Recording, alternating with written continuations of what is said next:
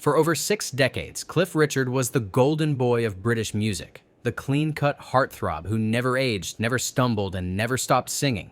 But behind the perfect smile and polished stage persona was a story the cameras never caught, a secret love that haunted him for decades, a betrayal by the very country he served, and a televised raid that almost broke him completely. This isn't just a story about fame, it's about heartbreak, resilience, and the brutal cost of being Britain's first real pop star. Rodger Webb didn't enter the world with a spotlight waiting for him. He was born on October 14, 1940, in British India, just as World War II was tearing through Europe and protests for Indian independence were erupting in the streets. His family wasn't rich or powerful. His father worked for the colonial railways, and his mother struggled to hold the family together as riots and tension boiled over. By 1946, the violence reached a breaking point. British families began fleeing India, fearing for their lives. The Webbs weren't exempt. They packed up everything they owned and boarded a ship called the SS Ranchi. For 3 long weeks, Harry and his family sailed across the Indian Ocean, leaving behind warmth, status, and familiarity. Heading into the cold, gray unknown of post-war England, they landed in a country still rationing food, where their new home in Surrey was smaller, colder, and lonelier. Gone were the servants, the warm nights, the sunlit gardens. But in that loss, something inside young Harry hardened. He wanted more. He didn't want to disappear into poverty and obscurity. He wanted to be remembered. Harry Webb died in name long before he ever made headlines. In the late 1950s, a talent manager looked him in the eye and said, "You need a name that sounds like rock." So Harry became Cliff, strong, immovable, iconic. The surname Richard was added as a tribute to Little Richard, the flamboyant American rock pioneer. And just like that, Cliff Richard was born, not just in name, but in purpose. At 18 years old, Cliff released Move It, a song that crackled with rebellion and sounded nothing like the polished pop dominating the airwaves. It didn't just chart, it exploded. For the first time, British teens had a sound of their own. Cliff wasn't copying Elvis. He was challenging him. The song hit #1, 2 in the UK, and kicked open the door for a movement that would one day birth the Beatles, the Stones, and every British invasion act that followed. But in 1958, Cliff was the lone spark in a cold industry, and he lit the match with nothing but a guitar and a name that wasn't even his. Then Cliff did something no British teen idol had ever done. He acted, and not in some lighthearted musical comedy. His 1959 film debut, Serious Charge, tackled taboo subjects like false accusations and sexual morality. It was bold, controversial, and it worked. A year later, Espresso Bongo poked fun at the very industry Cliff dominated. He was in on the joke. Then came Summer Holiday in 1963, a Technicolor smash hit that lit up theaters and charts alike. Cliff couldn't even attend his own premiere due to the thousands of fans mobbing Leicester Square. The soundtrack went #1, one before the movie even hit national release. He was no longer just a pop star. He was a cultural juggernaut.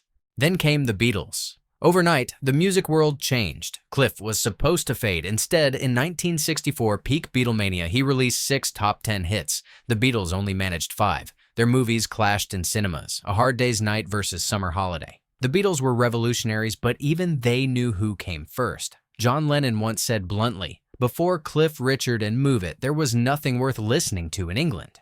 And in 1965, fans worldwide voted Cliff as the best male singer, beating not just the Beatles, but Elvis himself. Then, in 1966, Cliff did something no one saw coming. On stage at Earl's Court, beside famed evangelist Billy Graham, he publicly declared his faith in Christ. For a generation who saw pop stars as rebels and rule breakers, this was heresy. Cliff wasn't supposed to be wholesome. He was supposed to be wild. Rumors spread that he'd quit music, that he'd become a teacher or missionary. Some fans abandoned him. Record labels pulled back. Even Cliff himself doubted whether he could stay in the spotlight while honoring his faith. But he didn't disappear. He stayed, and he found a way to merge his two worlds, becoming the first major British star to openly live out his beliefs while still topping the charts. It hadn't been done before, not like this. The mid-70s weren't kind. For the first time, Cliff had no charting singles. People whispered that he was finished. But in 1976, He dropped Devil Woman, a haunting rock song that reintroduced him to the world. The track hit number 1, 6 in the US, and sold over 2 million copies. Even more surprising, the hard rock elite embraced him. Eric Clapton, Jimmy Page, Elton John. They wore badges that read, "I'm nearly famous," supporting Cliff's album of the same name. One critic compared Cliff's reinvention to Marvin Gaye's finest work. Cliff wasn't a relic anymore. He was a contender. In 1989, Cliff released his 100th single. No other UK artist had ever done that. He celebrated by inviting fans to vote on their favorite unreleased song. They chose The Best of Me, which went on to hit number 1, 2 in the UK. That same year, he filled Wembley Stadium for a concert simply titled The Event. Half retro tribute, half modern spectacle, it reminded the world that Cliff wasn't a nostalgia act. He was still shaping the sound of British pop. In 1990, he shared a stage with the likes of McCartney, Genesis, and Pink Floyd at the massive Nebworth charity concert. And once again, Cliff held his own. By the end of that year, he had achieved something no one else ever had. Number 1 hit in 5 consecutive decades. Then came August 2014. Cliff was at his vacation home in Portugal when he turned on the TV and saw helicopters circling his house in Berkshire. Police had launched a full raid. The BBC had cameras rolling.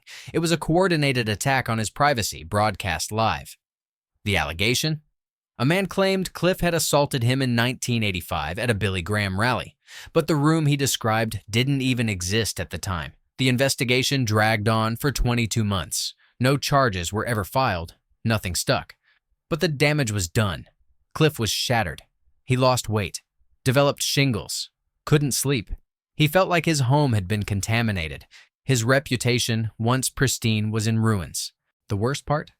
The BBC submitted their coverage of the raid for Scoop of the Year while Cliff was still under investigation. He sued them and won. The judge ruled that the BBC had violated his privacy in a sensationalist way. But Cliff didn't celebrate. He wept in court, explaining how the ordeal had left him depressed, broken, and unable to trust even his own fans. "I feel I've been smeared," he said. "Not by the police, but by the BBC." Even after winning, Cliff said what hurt most wasn't the lie, it was the suspicion that never left.